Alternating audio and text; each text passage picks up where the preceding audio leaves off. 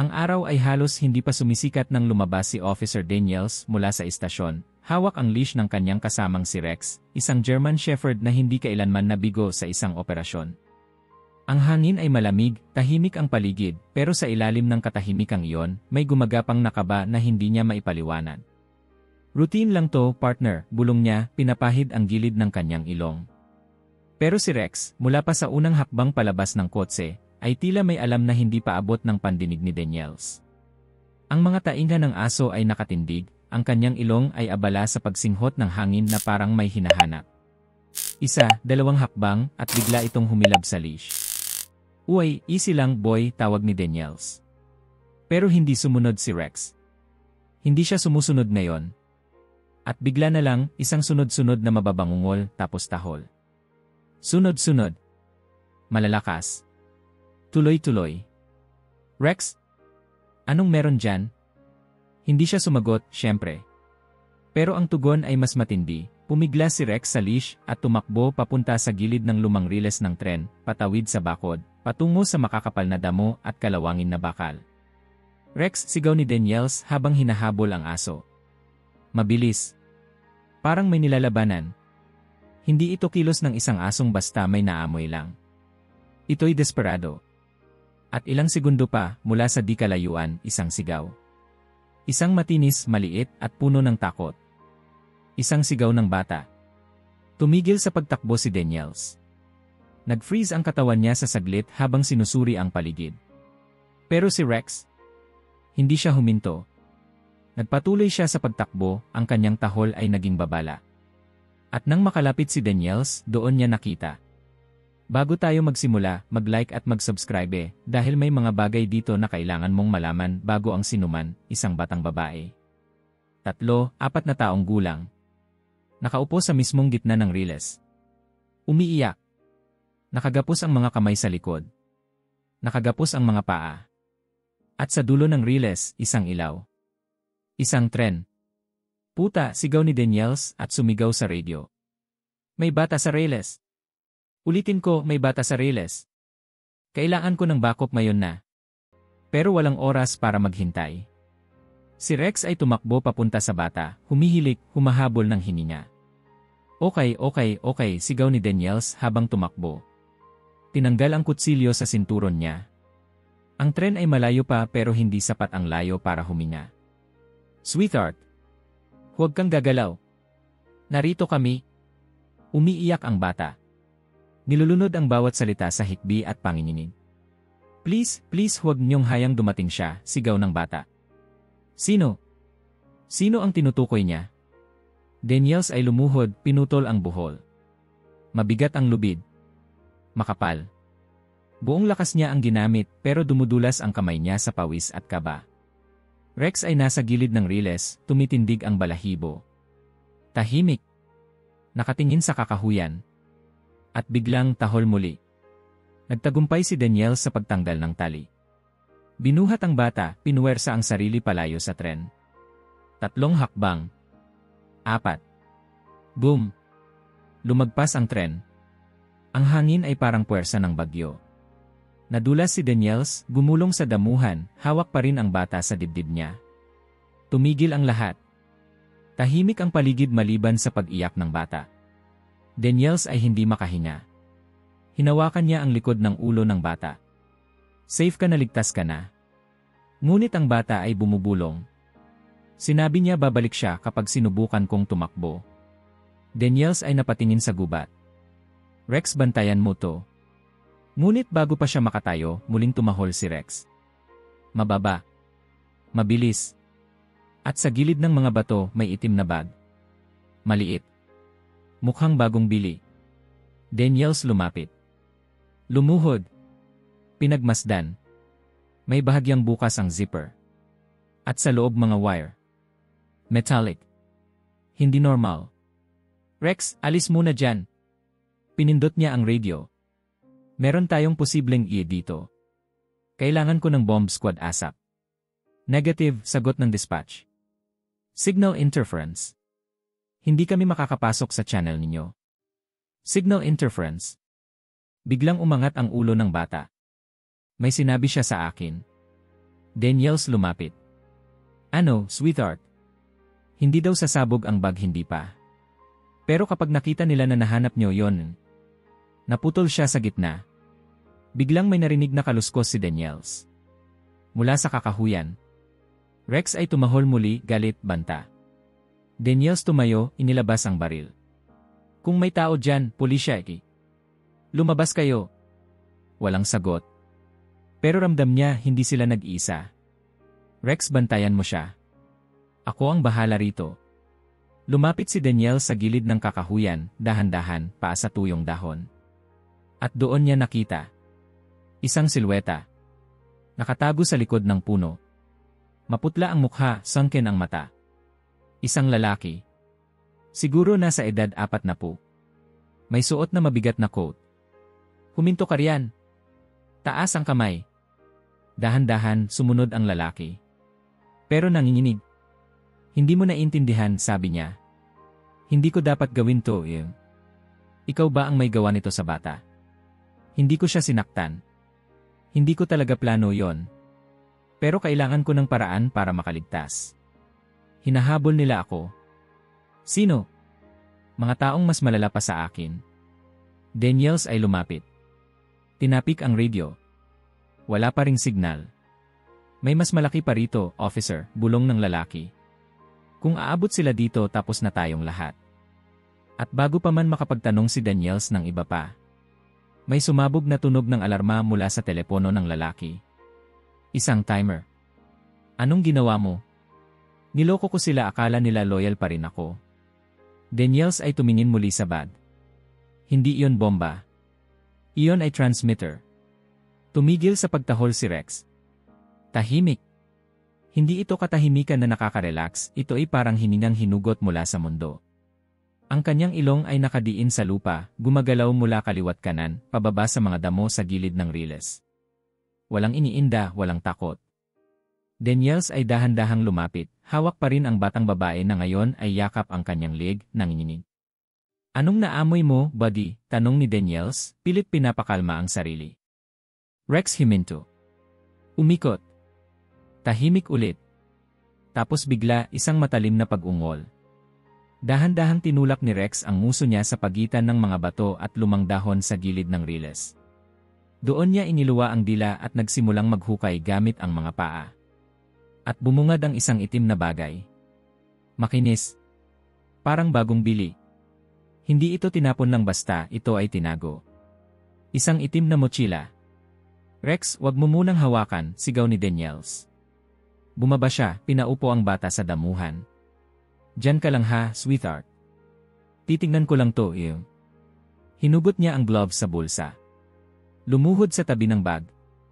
Zipper, bahagyang bukas. Dahan-dahang ibinuka ni Daniels ang tela. Sa loob, mga wire. Pulang ilaw. Isang maliit na circuit board na may relay na kumikislap. Hindi ito ordinaryong gamit. At siguradong hindi rin laruan. Possible device. Shit, bulong niya. Hinugot niya ang radyo. Dispatch, may nahanap kaming suspicious bag, posibleng Kailangan ng bomb squad ngayon na. Static lang ang sagot. Puro basag na tunog. Pinagpapawisan si Daniels kahit malamig ang hangin. Napatingin siya sa paligid, saka sa maliit na batang babae na ngayon ay tahimik na nakaupo, pero hindi natutok sa bag, nakatingin sa gubat. Lily, tawag niya. May nakita ka ba kanina? May nagsabi ba sa iyong iwan yung bag na ito? Umiling siya. Hindi po siya naglagay dyan sa harap ko, pero nakita ko siya. Sino? Yung lalaking may coat. Yung may takip sa mukha nung una. Daniels ay lalong nainis sa pakiramdam. Parang may mga pirasong hindi tumutugma sa puzzle. Dumating ang bomb squad mga 10 minuto pagkatapos, isang eternidad sa ganitong sitwasyon. Rex ay tahimik lang sa tabi ni Lily, pero laging nakatingin sa kakahuyan. Isinara nila ang perimeter. Tiningnan ang bag. Pagkatapos ng pagsusuri, sinabi ng isa sa mga technician, Sir, hindi ito bomba. Transmitter ito. Posibleng signal booster o decoy para sa isang mas malaking plano. Transmitter. Para saan? Tanong ni Daniels. Baka para i-mask o i-trigger ang isa pang signal. Hindi namin masasabi hanggang ma-analyze sa lab pero isa lang sigurado, hindi ito aksidente. Daniels lumingon kay Lily. Ilang beses mo siyang nakita, yung lalaking may coat? 2 beses po. Isa kahapon. Tapos kanina, sandali lang. Nakatingin lang siya sa riles. Parang may hinihintay. May mukha ba siya? Palagi siyang nakatakip. Daniels ay may naramdaman, hindi ito una nilang pagbisita. May surveillance. May plano. At masyadong pulido para sa isang taong basta-basta lang nagtali ng bata sa riles. Biglang tumahol si Rex. Mabilis. Matalim. Rex? Nagmadaling tumayo si Daniels, binunot ang baril. Si Rex ay nakaturo sa kanan ng riles, sa bahagi ng masukal na kabubatan. May gumalaw doon. Police? Lumabas in. Kaluskos. 1.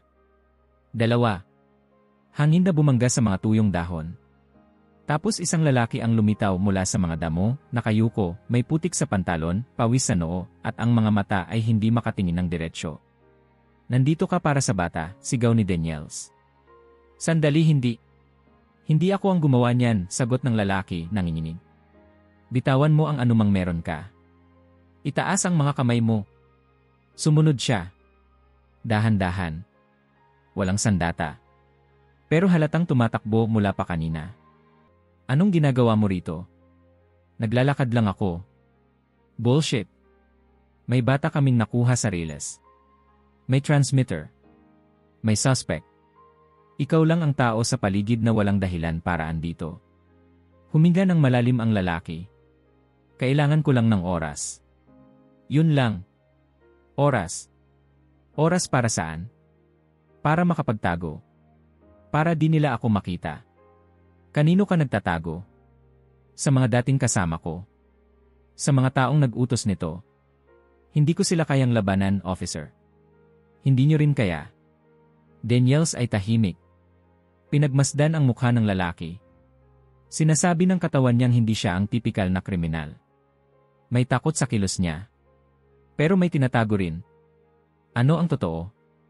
Ang totoo, hindi ako ang may kagagawan sa bata. Pero alam ko kung sino. Alam ko rin kung bakit siya nandyan. Tahimik si Daniels. Ano pa? Ang lalaki ay napalunok. Kung sa tingin niyo ako ang problema, mali kayo. Daniels ay lalong nanigas. Kung hindi ikaw may paparating pa. Hindi siya mukhang halimaw. Yung lalaking nakakot, may pawis sa lig, mga daliri nanginginig habang iniabot ang niya kay Officer Daniels, ay mas mukha pang isang taong ginapang ng takot kaysa isang kriminal. Pero minsan, ang mga pinakamapanganib ay hindi mukhang mapanganib, at kung totoo ang sinabi niyang nasa bulsa niya ang dahilan ng lahat ng ito, mas nakakatakot siyang tao kaysa mukhang halimaw. Michael Navarro, basa ni Daniels habang hawak ang ng lalaki. Taga-Alton. Railway Systems Technician. Trabaho mo to? Dati, sagot ng lalaki, halos pabulong. Hindi na. Matagal na akong tumatakbo. Nagtatago. Sa mga taong gumawa ng lahat ng to. Daniels ay tahimik. Si Rex, sa tabi niya, ay di tumigil sa pag-obserba sa paligid. Ang ilong nito ay gumagalaw sa ere. Inumpisahan mo na to, Mike. Tapusin mo. Tumango si Michael, sa kamarahang umupo sa damo, parang nauupos na kandila. Alam kong di ako paniniwalaan. Pero kung hahayaan mong magkwento ako lahat ng ito, magkakahulugan. Pakinggan mo, tugon ni Daniels, nakaluhod na ngayon sa harap niya. May batang babae na muntik ng mamatay. At may transmitter na nilagay malapit sa kanya. Pag nagpakita ka ng kalokohan, ikaw ang unang ipapasok sa pader. Tumango si Michael. Yung bag hindi bomba yon. Hindi rin para sumabog. Ginawa kong ganon para isipin nilang loyal pa rin ako. Para hindi nila ako hanapin agad. Sino sila? Mga taong nagpapatakbo ng operasyon sa ilalim ng lupa. Hindi ko sila lahat kilala. Ang trabaho ko noon, teknikal. Signal scrambling, track diagnostics, rerouting systems. Rail sabotage. Tumango siya. At higit pa doon. Yung teknolohiya nila kayang itigil ang buong network ng tren sa isang pindot. Pero hindi para sa pera. Para sa kontrol. Daniels ay parang binuhusan ng yelo ang likod. Yung bata. Bakit siya? Michael napayuko. Wala siya sa plano. Pero nakita niya ko nung nagtitest ako ng device sa gilid ng truck. Anong klaseng test? Signal simulation. Gusto kong malaman kung nakukuha pa rin ng system nila ang transmission ng device kahit na wala ako sa base nila. At nahuli agad.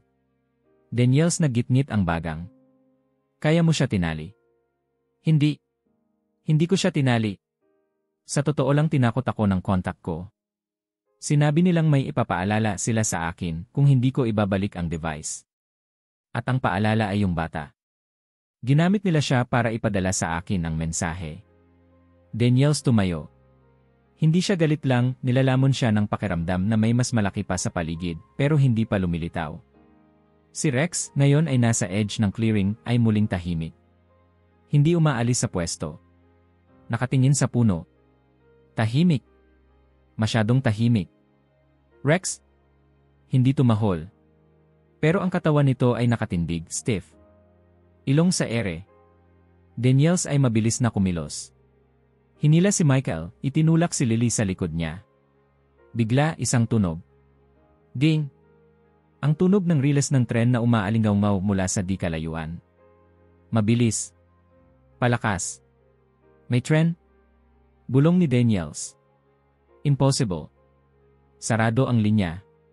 Tingnan mo, sigaw ni Michael. System malfunction. Sira ang communication line. Akala nila clear ang riles. Daniels na pamura. Ganon kabilis? Wala pang isang minuto. Hinila niya si Lily. Rex! Sa kaliwa. Tumakbo sila palabas ng riles, pero naramdaman ni Daniels ang panginginig sa lupa bago pa man niya makita ang headlights. Boom! Parang lindol ang pagdaan ng tren. Wala sa schedule. Wala sa log. At siguradong hindi aksidente. Nang humupa ang tunog, bumalik ang katahimikan. Ngunit hindi ito katahimikan ng kapayapaan. Ito'y panahimik bago sumabog ang sunod. Daniels ay bumaling kay Michael. Ilan pa ang nakasetop? Hindi ko alam, sagot ng lalaki na mumutla. Hindi nila ako pinayagang makita ang buong plano. Tingin mo sa sarili mo, martyr. Hindi. Pero kung di ako tumakas, hindi rin kita matutulungan ngayon. Daniels tumingin kay Rex. Tahimik pa rin. Pero alerto. Kaya mong sabihin sakin kung saan pa sila pwedeng umatake. May isang lugar. Sabihin mo. May lumang access tunnel sa ilalim ng rails. Isinara yon taon na ang nakalipas. Pero may sikreto silang ginagamit doon. Daniels lalong nanigas. Sikreto, anong klase? Michael ay titig sa lupa. Storage. At minsan tao. Daniels ay hindi nagsalita agad. Sa gilid ng paningin niya, si Lily ay nakayuko. Nakayakap sa sarili. Hindi lang siya ang target, di ba? Michael ay hindi tumingin. Tumango lang. Daniels ay tumingin muli sa kakahuyan. Hindi na sila nanonood lang. Si Rex biglang tumahol. Matinis. Mabilis. Daniels humigpit ang hawak sa baril. Dumarating na sila. Tumambad ang dalawang anino sa gitna ng lumang tulay, nakasuot ng itim mula ulo hanggang paa, mga maskara nilang makintab sa ilalim ng araw na halos di makapanikaw sa ulap. Sa pagitan nila, isang maliit na device na may kumikislap na pulang ilaw, hawak ng isa sa kanila sa taas ng balikat na parang bitbit ang kapalaran ng buong lugar. Rex, bulong ni Daniels. Hindi na kailangang utusan. Si Rex ay unti-unting pumasok sa stance niya, katawan nakababa, tainga nakatutok, mga matay hindi kumukurap. Isang hakbang pa at handa na siyang sumalakay. Ang hangin sa paligid ng tulay ay parang huminto. Walang ingay maliban sa ugong ng ilaw ng device. Isa. Dalawa. Tapos tahimik ulit. Michael Navarro, tawag ng isa sa mga lalaking nakamaskara, boses malalim at distorsyonado. Alam mong babalik kami. Hindi na ako parte ng inyo, sigaw ni Michael mula sa likod ni Daniels. Pero may dala kang hindi sayo. Ibalik mo. Daniels ay nagtaas ng baril. Kung lalapit pa kayo, babagsak kayo rito mismo. Wala kayong alam sa ginagawa nyo, tugon ng isa. Malinaw ang nakikita ko, tugon ni Daniels. Dalawang lalaking may maskara, may device, humahabol sa engineer na nagtatago. Hindi ko kailangan ng master's degree para malaman kung sino ang masama rito. Napatawa ang isa sa kanila. Akala mo ba ito lang? Tinaas niya ang remote. Napakabilis ang kilos ni Rex. Isang matinis na tahol, tapos sprint, parang panangga sa hangin, diretsong tumalon si Rex pataas, kinagat ang braso ng lalaking may remote. Napabitiw ito. Nahulog ang device sa simento ng tulay, gumugulong pa rin, papalapit sa gilid. Si Daniels ay kumilos agad. Isang sipa. Tumalsik ito palayo hanggang sa tuluyang lumaglag sa tubig sa ibaba. Plak! Kasabay noon, humugot ng patalim ang isa pang lalaki at sumugod kay Daniels. Nagkabanggaan ang katawan. Nakalaban agad si Daniels, hinampas ang lalaki gamit ang baril sa gilid ng mukha, pero tinamaan siya sa tadyang. Umungol si Daniels habang pinipilit iangat ang baril. Michael, umalis ka dyan, sigaw niya. Si Rex, kahit may dugo na sa gilid ng bunganga, ay pumalit sa posisyon, nilundag ang lalaking may kutsilyo, kinagat ang braso at pinadapa. Napaatras ang isa. Umiwas. Pero bago pa siya makatakbo, dumating ang backup team ni Daniels, dalawang opisyal na tumawid ng tulay, armas nakataas. Yad lupa. Ngayon walang laban. Inilapag ng dalawang maskara ang kanilang mga armas. Daniels ay hinal, hawak ang tadyang, nanginginig. Nilapitan niya ang isa sa mga nakatali na ngayon sa sahig. Anong gusto niyo sa kanya? Hindi mo naiintindihan, bulong ng lalaki. Siya ang may hawak ng control code. Anong code? Ang device na ninakaw niya. Hindi iyon simpleng transmitter. Isa yang fail-safe override. Sa isang command lang maiiwas ang signal ng mga tren sa buong probinsya. Bakit ninyo gustong gawin yon? Diversion. Daniels ay napatingin kay Rex. Diversion para saan? Hindi sumagot ang lalaki. Tumingin lang siya kay Michael. At si Michael ay nakayuko, parang gustong maglaho. Daniels lumapit sa kanya. Ano pa ang hindi mo sinasabi? Tahimik si Michael. Humugot ng hininga. Yung ginagawa nila hindi lang para mag-cause ng aksidente. May inihahanda silang paglipat. May karga silang kailangang ilabas sa ilalim ng radar. Anong klaseng karga? Hindi makatingin si Michael. Mga bagay at mga tao. Anong klaseng tao? Ngunit bago siya sumagot, tumahol muli si Rex. Mabilis. Mapanindig balahibo. Daniels ay lumingon sa kakahuyan. May paparating na naman. Isang anino. Isang lalaki. Hindi nakamaskara. Nasa paligid lang. Nanonood. Daniels ay tumayo, itinutok ang baril sa direksyon ng anino. Show yourself. Ngunit wala. Naglakad si Rex papasok ng gubat. Tahimik ang kanyang yapak pero matindi ang intensyon. Daniels ay sumunod. Michael ay iniwan muna sa likod kasama ang ibang opisyal. Sa ilalim ng mga anino ng punong kahoy, si Rex ay huminto sa tabi ng isang pile ng kahoy at kalawangin na metal. Inamoy niya ito. Sumulyap kay Daniels. May trapdoor dito, bulong ni Daniels. Dito nagtatago yung nasa ilalim. At sa isang iglap, alam na niya. Hindi pa tapos ang plano. Hindi pa ito ang pinakamalalim. Hindi pa ito ang pinakamadilim. Rex ay biglang huminto. Wala siyang tinahulan, walang kagat ng hangin, walang biglang galaw, pero ang kanyang mga paa ay nagsimulang maghukay sa lupa, ang mga kuko tumutunog sa ilalim ng mga tuyong dahon at kalawangin na bakal. Daniels ay naroon sa tabi niya, nakaluhod, binabantayan ang bawat paggalaw. Mukhang may nakita si Rex, bulong ng isang opisyal. Hindi lang basta nakita, sagot ni Daniels. Alam niya.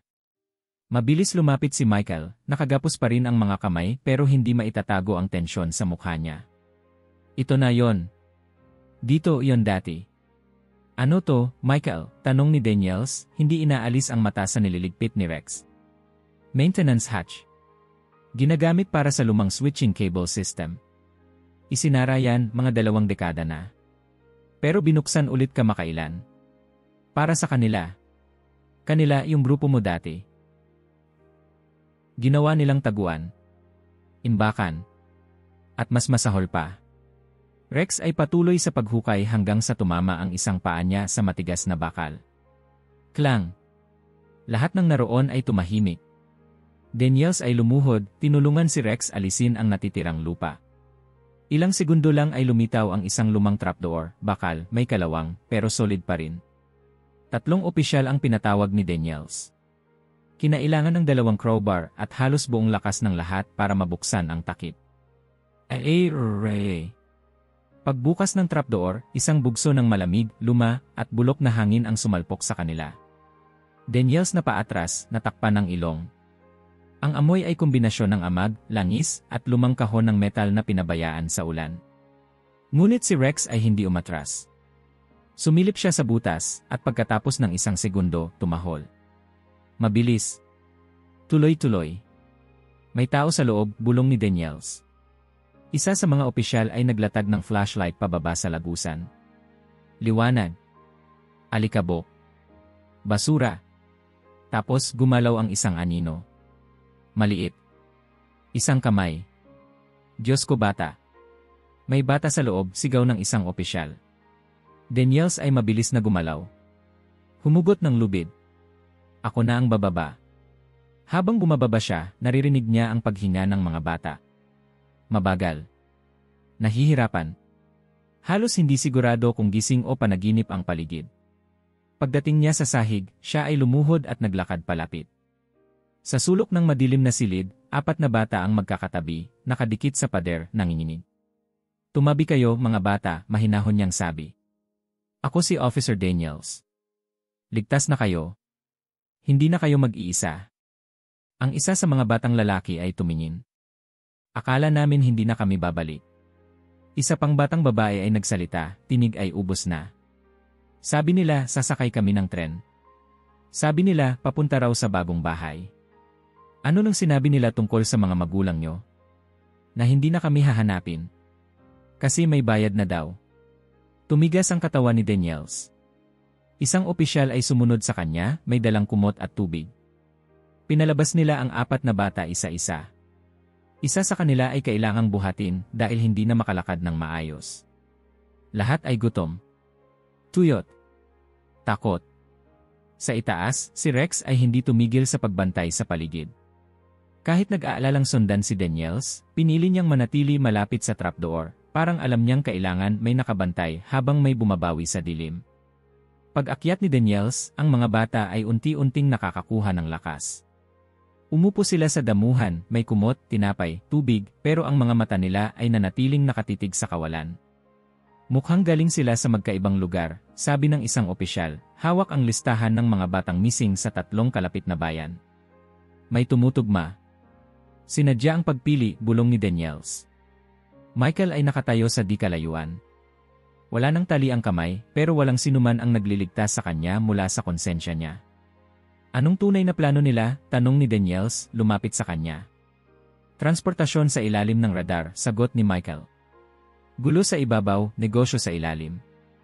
Mga bata. Gagawing produkto. Tumango si Michael, mabigat ang ulo. Pero hindi ito ang una. At hindi rin ito ang huli kung hindi natin masisira ang buong operasyon. Tapos na ito. May 4 tayong nailigtas. Pero may bago na silang target. Daniels ay nanlamig. Paano mo nalaman? Nakita ko yung listahan.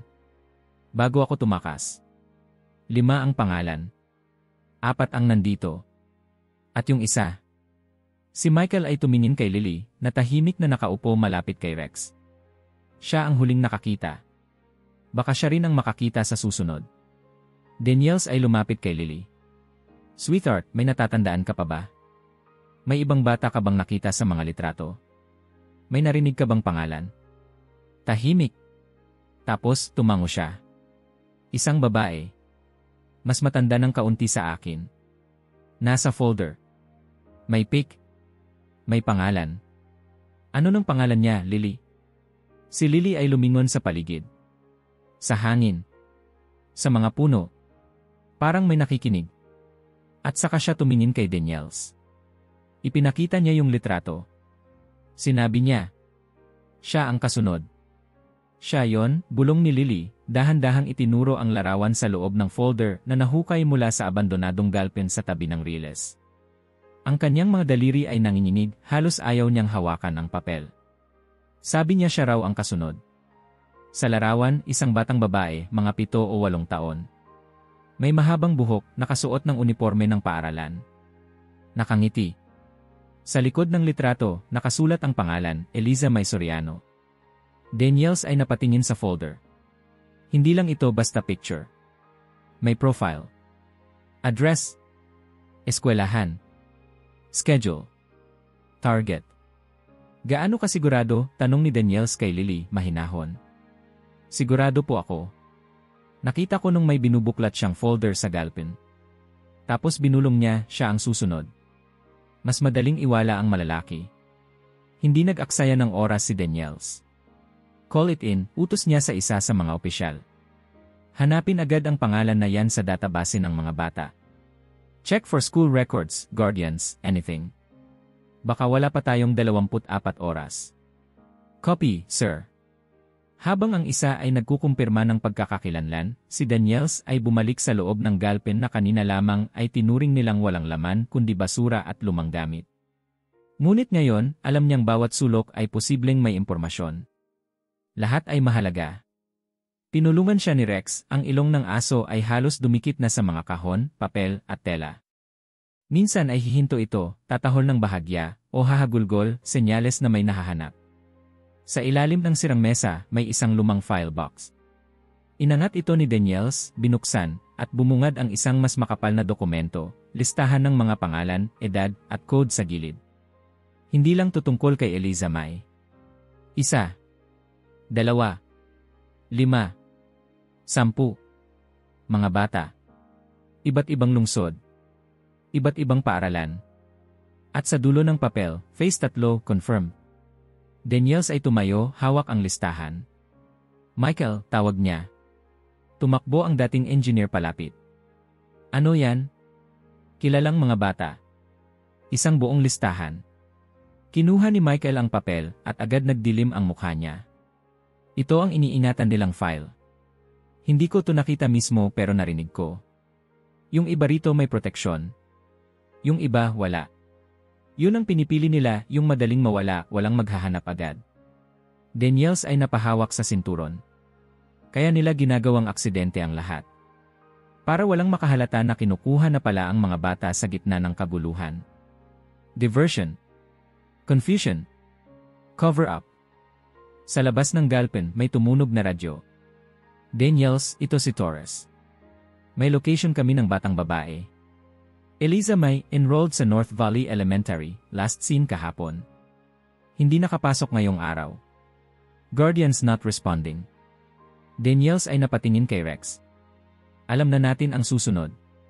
Mabilis silang bumiyahe, 2 sasakyan, 4 na opisyal, kasama si Rex. Sa loob ng sasakyan, si Daniels ay tahimik lang, hawak ang larawan ng bata, pinipilit wag isipin ang pinakamasamang senaryo.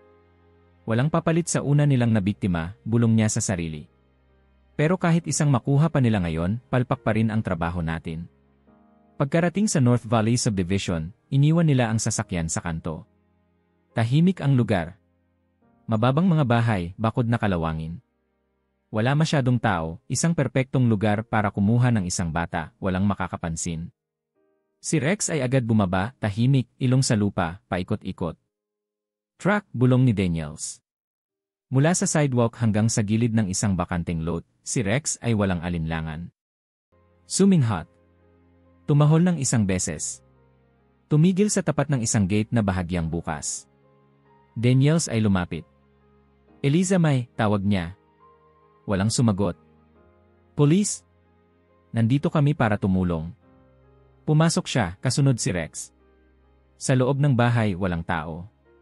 Pero may mga laruan. Bag na nakasabit sa upuan. Isang open notebook sa mesa na parang biglang iniwan. At sa sahig isang punit na litrato. Larawan ni Eliza na punit sa gitna. Sir, tawag ng isang opisyal mula sa likod bahay. Agad silang nagtungo roon. May gulong sa lupa. Malalim. Malamang van or algae. Kakalis lang. Mainit pa ang makina ng mga kotseng nakaparada sa tabi. Daniels ay napamura. Nakauna na sila. Pero si Rex hindi sumuko. Patuloy sa pagsinghot, sa paghabol sa amoy, sa pag-ikot, hanggang sa biglang tumakbo palabas ng gate. "Follow him!" Utos ni Daniels. Naghabulan ng buong team, si Rex ay parang sinundan ng sarili niyang giya.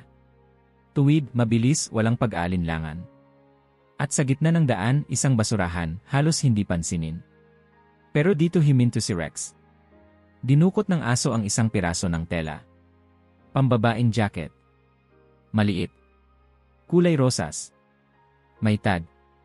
Pangalan, Eliza. Daniels ay lumuhod, pinagmasdan ang paligid. May mga gulong sa putikan. Tumigil. Umatras. Nagtago. May naghihintay dito. Ibinaba siya para ilipat. Tinawag niya ang Central Dispatch. Mag-alerto ng checkpoint sa lahat ng papuntang labasan ng North Valley. Isang puting van. Posibleng may batang babae na bihag. Habang ang iba ay naghahanda, si Daniels ay bumalik sa galpin, bit-bit ang folder. May isa pang pahina sa likod, blueprint ng tren, mga ruta, mga oras. May circle sa isang bahagi ng mapa, Station 12. Bakit Station 12? Tanong ni Daniels. Si Michael ay lumapit. Yan ang pinakamatagal nang hindi ginagamit. Malapit sa isang lumang tunnel din isang daan para ilipat ang karga nang hindi natutunugan. Daniels ay tumayo, hawak ang listahan. Eliza lang ang simula. May iba pa, bulong niya. Tahimik ang gabi. Nakaluhod si Michael Navarro sa damuhan habang tinatanggal ni Daniels ang posas mula sa kanyang mga pulso. Tumahimik din si Rex, hindi dahil wala siyang naamoy, kundi dahil nararamdaman niyang may mas malaking hakbang na ang paparating. Daniels ay nagtanong muli, mababa ang tono. Ano pa ang hindi mo sinasabi? Michael ay naglabas ng isang maikling hininga. Pagkatapos, marahang ipinasok ang kamay sa bulsa ng kanyang coat. Diyos ko, dahan-dahan, sabi ni Daniels, agad hinawakan ang hawakan ng baril.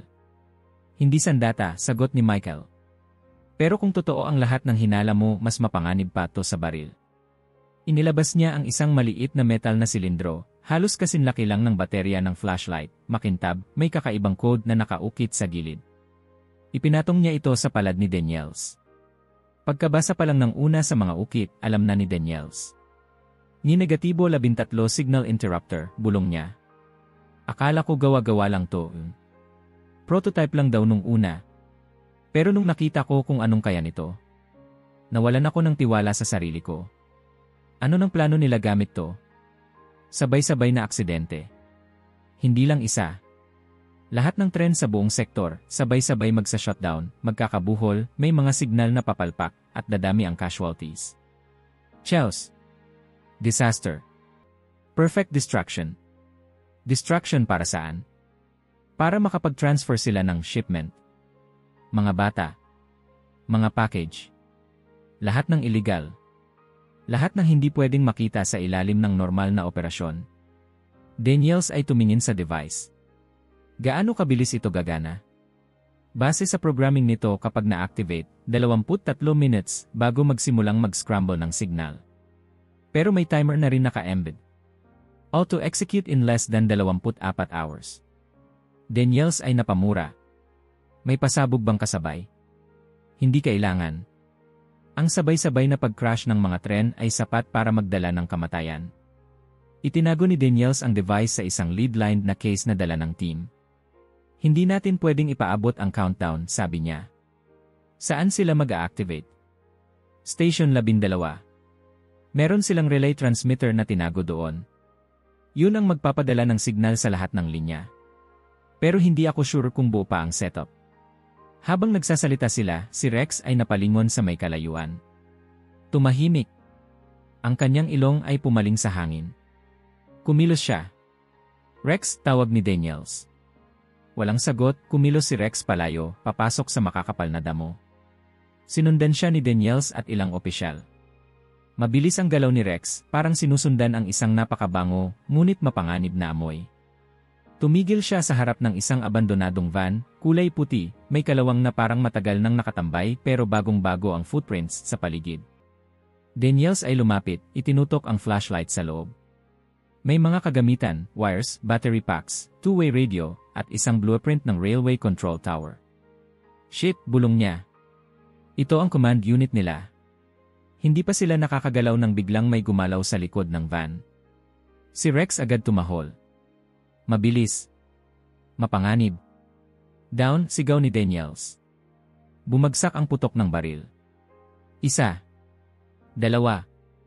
Galing sa madilim na kakahuyan. Ambush! Stay away! Dalawang anino ang bumagsak mula sa mga puno, may night vision goggles, may suppressors, at mabilis gumalaw. Isa sa kanila ay nagtangkang lapitan si Michael na agad pinagtakpan ng isang opisyal. Get him out of here, sigaw ni Daniels. Habang nagpaputukan sa paligid, si Rex ay umatake, sinunggaban ang isa sa mga lalaki sa leeg. Tumili ang lalaki at agad napadapa. Isa pang sundalo ng grupo ay tinamaan sa balikat ng bala mula sa team ni Daniels. Tatlo pang anino ang lumabas mula sa kabilang gilid. Marami sila. Pero hindi umatras ang grupo ni Daniels. Isa-isang pinabagsak ang mga umatak gamit ang coordination at support ni Rex na tila hindi tumitigil, bawat galaw niya ay isang sagot sa banta. Pagkatapos ng 5 minuto, 5 kalaban ang napatumba. 2 ay patay, 3 ay sugatan. Clear, sigaw ng isa sa mga opisyal. Daniels ay lumapit sa isa sa sugatang kalaban. May logo ang quote, A13, hindi opisyal, pero consistent sa mga dokumento ni Michael. Anong gusto nyo? Anong mission nyo? Natawa ang lalaki, duguan ang labi. Kahit nakuha nyo ang device, hindi iyon ang endgame. Ano ang endgame? Ay execute pa rin nila ang plano. With or without the device. Handa na ang lahat. At alam mo kung bakit hindi nyo mapipigilan? Daniels ay tahimik. Dahil habang sinasabi mong nililigtas mo sila kami, iniikot na namin ang likod ng sistema. At ang chaos. Hindi pa nagsisimula. Daniels ay tumayo, nilingon ang horizon. May ulap na paparating. Ang tunog ng tren ay umalingaw sa pagitan ng mga burol, isang mahabang, gutom na umbol ng bakal na dumudurog sa katahimikan ng madaling araw. At bago pa man ito tumunog sa ikalawang ulit, si Rex ay tumakbo na. Diretso. Walang pagdadalawang isip. Daniels ay agad sumigaw, track mode. Sinundan niya ang aso, sumampa sa patrol jeep habang ang ibang unit ay nag-broadcast ng full alert, code red, sabotage threat, train system under attack. Bawat segundo ay mahalaga. May 4 na tren ang nasa biyahe. Isa sa mga ito, ayon sa huling pahiwatig sa command unit ng mga kalaban, ay may manual override na na-activate. At kung hindi ito madisable bago dumaan sa switch track ng station, 12 magtatama ito sa kargang tren ng kemikal na nakaparada. Isang disaster zone ang posibleng sumabog sa gitna ng syudad. Si Rex ay nasa harap ng konvoy, sinundan siya ng 2 sasakyan, 4 na opisyal, at si Michael sa likod ng van, hawak pa rin ang code override. Ang switch controller ay hindi na gumagana, sigaw ng isa sa mga tech sa radio. Mano-mano ang gagawin nyo? Sa mismong Riles. Kailangan ng physical intervention. Daniels ay sumulyap sa relo. 14 na minuto. Nang makarating sila sa station 12, sumalubong sa kanila ang tanawing tila warzone, wasak ang control booth, sinunog ang terminal, at may kalat na wires at kagamitan. Dito iyon. Dito nila ina-activate ang sistema, sigaw ni Michael, itinuro ang sirang pader kung saan nakalagay ang backup control. Daniels ay nilapitan ito. Kaya mo ba tong patayin? Hindi ko kailangan patayin, kailangan ko lang i-overwrite. Bigla, mula sa bubong ng lumang istasyon, may bumaril. Blam! Ang bala ay tumama sa dingding malapit sa mukha ni Daniels. Ambush! Tumalon si Rex sa gilid ng platform at nilundag ang isa sa mga attacker. Kinagat niya ito sa balikat, tinulungan ng isa sa mga opisyal upang mapasuko. Ngunit may isa pang lalaki, mas malaki, may suot na tactical vest, at may hawak na remote na may blinking red light. Lumapit siya kay Daniels, mata malamig. You're too late. Bitawan mo yan. Alam mo ba kung gaano karaming taon ang ginugol sa planong to? Akala mo dahil lang sa isang aso, mawawala lahat. Rex ay tumahol. Malalim. Mapanira. Hindi na ito babala. Ito ay utos. Wala ka ng kontrol sa mga tren, sagot ni Daniels. Hindi ko kailangan ng kontrol. Kailangan ko lang ng kaguluhan. At may isang tren na hindi mo mahahabol. Pinigilan ni Daniels ang sarili na umatake. Nasaan yan? Ngunit mumisi lang ang lalaki. Si Michael, ngayon ay nasa likod, ay sumigaw, malapit nang dumaan ang tren. Wala na tayong 5 minuto. Rex ay biglang tumakbo muli. Tumahol ng malakas, tinahak ang riles papunta sa junction. Rex! Wait! Pero hindi siya tumigil. Daniels ay sumunod, halos madapa sa mga bato habang tumatakbo. Hangin ay nagsimulang umingay, malayo pa ang tren pero naririnig na ito. Pagkarating sa switch junction, nakita ni Daniels ang manual override lever, sira. Tinanggal. Ngunit si Rex ay hindi titigil. Sinimulan niyang hukayin ang gilid ng junction. Doon, sa ilalim ng panel, may secondary release pin. Hindi ka ni. Daniels ay tumakbo papunta sa gilid, sinundan ang ginagawa ni Rex. Tama ka. Ito ang override. Binuksan niya ito. Walang signal. Manual lang. Hinugot niya ang tool mula sa utility belt, sinimulang paikutin ang valve. Sa likod nila, headlights. Tumataas. Dumidiretso. Come on. Come on ni. Si Rex ay tumahol ng tumahol, sinasabayan ng dagundong ng lupa. Click! Na-flip ang switch. Ang tren ay lumiko sa alternate line, lumagpas sa station 12, ligtas mula sa collision. Bumagal ang paghinga ni Daniels. Si Rex, nakaupo sa tabi ng track, pawisan, nanginginig pero gising. Buhay. At ligtas ang lahat. Sa sumunod na mga araw, tuloy-tuloy ang operasyon ng mga pulis. Sa tulong ng impormasyon ni Michael at mga nakuha mula sa naunang raid, dinismantle ang buong operasyon, supply chains, black market contacts, warehouse safe houses. 3 bata pa ang nahanap sa ibang probinsya. Lahat ay ligtas. Ang media ay nagtawag sa pangyayari ng The Silent Truck Rescue at naging simbolo si Rex ng bagong panuntunan sa paggamit ng negatibo siyam sa malawakang operasyon. 1 linggo matapos ang operasyon, ginanap ang isang simpleng seremonya sa estasyon. Lily ay naroon, bitbit ang bulaklak na siya mismo ang pumili. Lumapit siya kay Rex, niyakap ito. Hindi ka lang aso, bulong niya. Ikaw ang unang nakarinig sa akin. Si Daniels ay nakatayo sa tabi, tahimik lang. Nang lumapit ang media, isa lang ang sinabi niya, kung hindi dahil sa kanya, hindi lang isa, kundi 1,000 ang pwedeng mawala. Huling eksena. Hapong iyon, habang bumababa ang araw sa likod ng mga puno, si Daniels at si Rex ay nakaupo sa tabi ng patrol car. Tahimik. Pero si Rex hindi nagpapahinga. Ang kanyang mga tainga ay gumagalaw. Ang kanyang ilong ay nasa hangin. Si Daniels ay tumingin sa gubat. Walang ingay. Walang kilos. Pero may pakiramdam. At si Rex nakatitig sa dilim. Alerto. Alam kong naririnig mo, bulong ni Daniels. Kumindat siya kay Rex. Kaya ready lang. Dahil kung may katahimikan. Si Rex ay huminga ng malalim, bumangon, tinahak ang landas papasok sa lilim ng kakahuyan. Ikaw ang unang makakarinig. Kung naabot mo na ito, mag-iwan ng like at mag-subscribe dahil ang mga balitang tulad nito, ikaw ay dapat ang unang nakaalam.